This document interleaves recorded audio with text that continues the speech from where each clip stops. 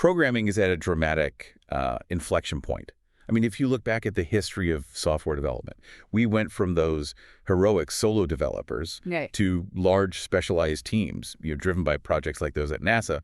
And then around 2023, we hit the era of AI-assisted coding. We learned how to code with AI. And we are now entering the next, even more radical phase. This is circa 2025.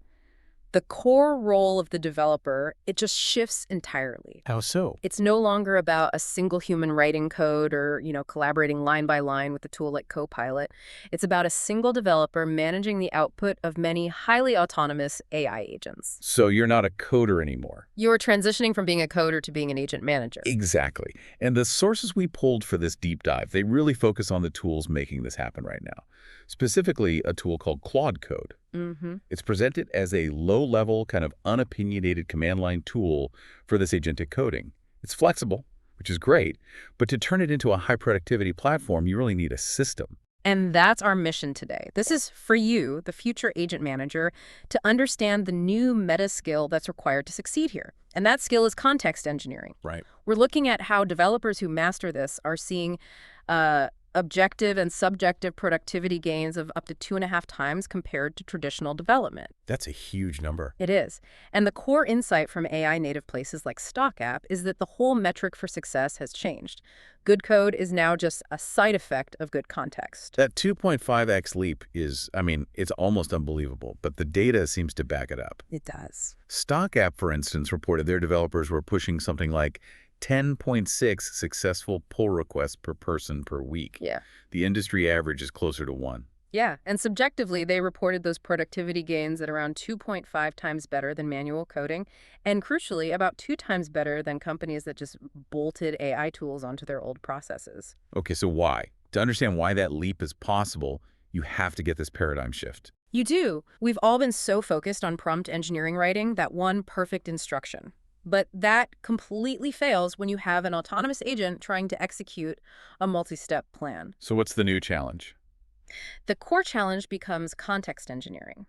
It's about defining the system's entire knowledge base, setting behavioral constraints, and, establishing guardrails so the agent can run on its own without Causing a lot of damage. Exactly, without causing collateral damage. The sources really emphasize treating your code repository, your mod repo, as this shared workspace for both humans and agents, which means that natural language artifacts, things like design docs, project plans, architectural guides, they're suddenly just as critical as the code itself. You're stocking the pantry for the agents. They need something to feed on. Right. So if we look at how this actually changes the development lifecycle, it creates this progressive hierarchical workflow. A top-down workflow that builds context continuously. It starts with the human as the architect. The human defines the high-level business requirements, the goals. Yes. And from there, the human delegates. The first delegation is typically to, say, a design agent, which then drafts the detailed design document based on those requirements. So what's the human's role after that? Are you just hands-off until the code is done? Oh, absolutely not. The human must review that design document. For correctness, for feasibility. Only after a human signs off does the agent move to the next step, converting that design into a series of tasks, the implementation plan. And that review gate is essential. It is, because fixing a flawed design is vastly cheaper than fixing flawed code way down the line. So after the plan is approved, the agent implements, it writes the code. But the sources stress this crucial step they called the backstop. The backstop is, it's non-negotiable in agentic development. Agents tend to solve problems locally, but they can break unrelated systems because they have limited contextual vision. So the tests are the guardrails. Tests and safeguards have to be created. Extensive, committed, failing tests. They act as the critical objective constraint. If the agent can't pass the existing test suite, it simply cannot commit its code. And then the loop closes with review and update. This is where the agent manager audits the feature, but also makes sure the agents update all the surrounding documents. The living design docs, the CLAUDE.md files, the schemas. So that the next agent to work on the project inherits a perfect, accurate context. It's a continuous, self-improving system. And that continuous flow is what unlocks that 2.5x gain.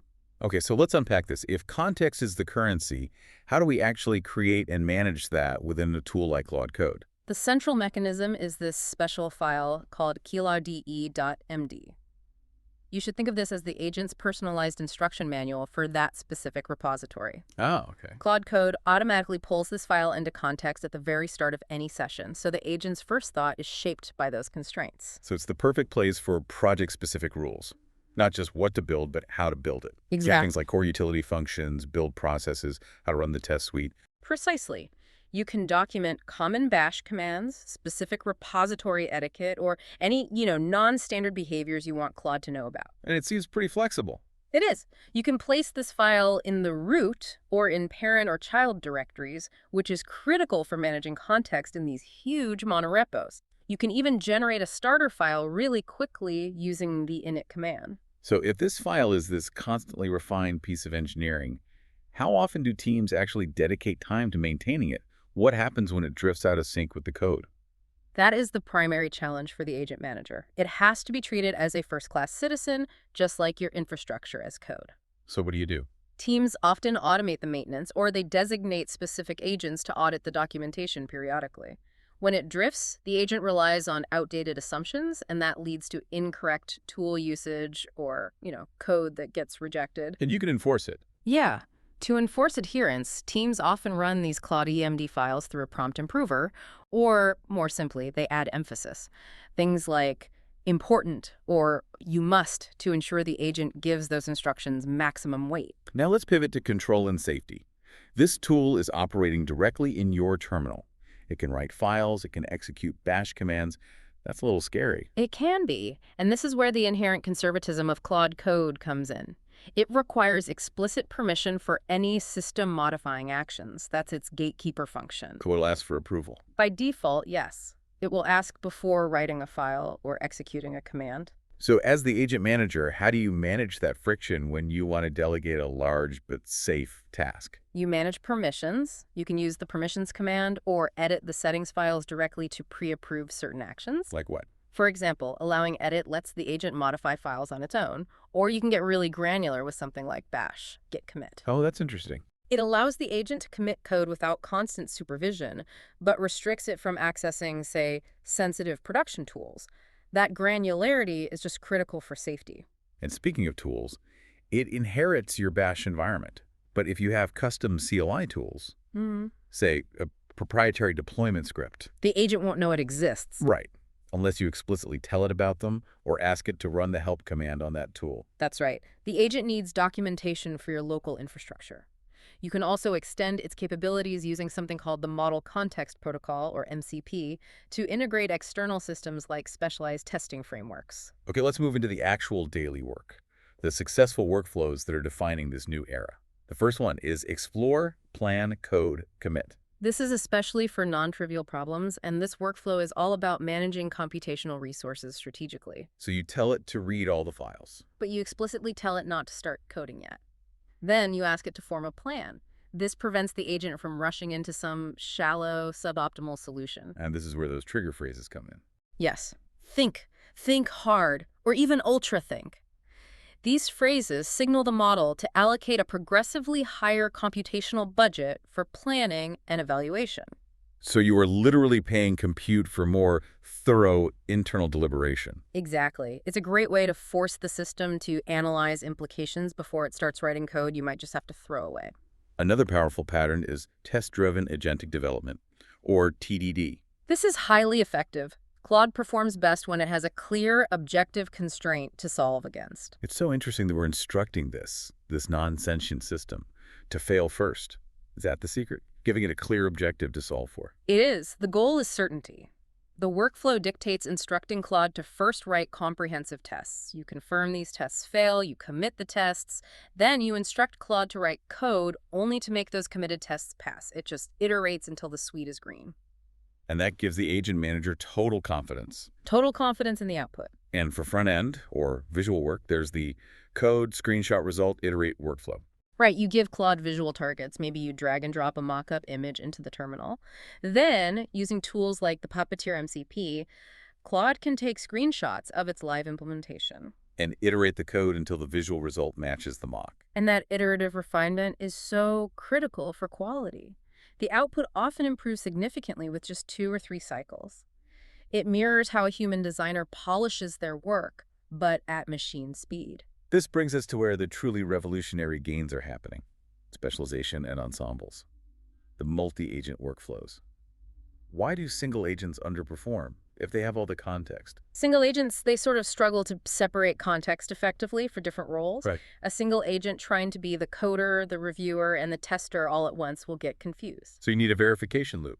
That's why the verification loop is so crucial. You run 2 parallel instances. One, Claude writes the code, and a second Claude, or even a different LLM via an MCP server like Gemini, is designated solely to review or test that output. Separation of duties. Yeah. And we have real-world proof of this, right? We do.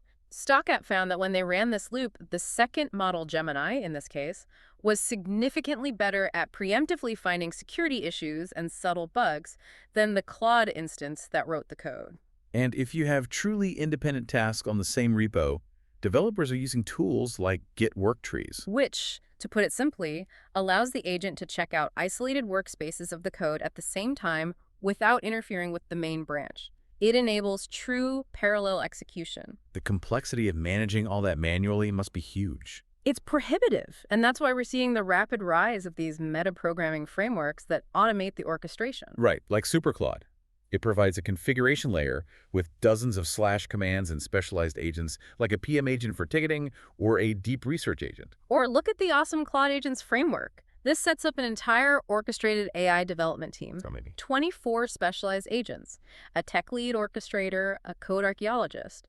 The framework automatically detects the repo's tech stack and configures the optimal team mapping right into your CLAUDE.md file. it's abstracting away the management complexity. So the agent manager can focus on the high-level goals. What stands out to me most, though, is how this is flowing through the entire organization, not just core software teams. That's where the aha moments are happening. Absolutely.